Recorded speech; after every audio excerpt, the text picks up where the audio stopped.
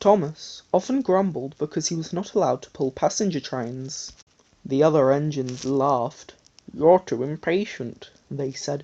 "You be sure to leave something behind." "Rubbish!" said Thomas crossly. "You just wait. I'll show you." One night he and Henry were alone. Henry was ill. The men worked hard, but he didn't get better. Now, Henry usually pulled the first train in the morning, and Thomas had to get his coaches ready. "If Henry is ill," he thought, "perhaps I shall pull his train." Thomas ran to find the coaches. Come along," he fussed. There's plenty of time," grumbled the coaches. He took them to the platform and wanted to run round in front at once, but his driver wouldn't let him. "Don't be impatient, Thomas," he said. So Thomas waited and waited. The people got in, the garden station master walked up and down, the porters banged the doors, and still Henry didn't come. Thomas got more and more excited every minute.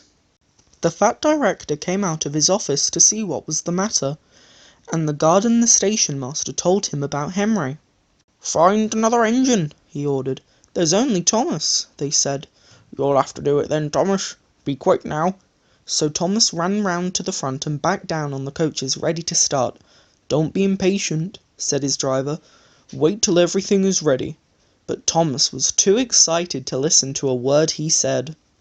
What happened then, no one knows. Perhaps they forgot to couple Thomas to the train. Perhaps Thomas was too impatient to wait till they were ready, or perhaps his driver pulled the lever by mistake. Anyhow, Thomas started. People shouted and waved at him, but he didn't stop. "They're waving because I'm such a splendid engine," he thought importantly. "Henry says it's hard to pull trains, but I think it's easy. Hurry, hurry, hurry," he puffed, pretending to be like Gordon. As he passed the first signal box, he saw the men leaning out, waving and shouting. "They're pleased to see me," he thought. "They've never seen me pulling a train before. It's nice of them to wave," and he whistled, "Peep, peep, thank you," and hurried on. But he came to a signal at danger. "Bother," he thought. "I must stop, and I was going so nicely too. What a nuisance signals are," and he blew an angry peep, peep on his whistle. One of the signalmen ran up. "Hello, Thomas," he said. "What are you doing here?" "I'm pulling a train," said Thomas proudly. "Can't you see?" "Where are your coaches, then?" Thomas looked back. "Why, bless me," he said, "if we haven't left them behind." "Yes," said the signalman, "you'd better go back quickly and fetch them." Poor Thomas was so sad he nearly cried. "Cheer up," said his driver. "Let's go back quickly and try again." At the station, all the passengers were talking at once. They were telling the fat director, the station master, and the guard what a bad railway it was. But when Thomas came back and they saw how sad he was, they couldn't be cross.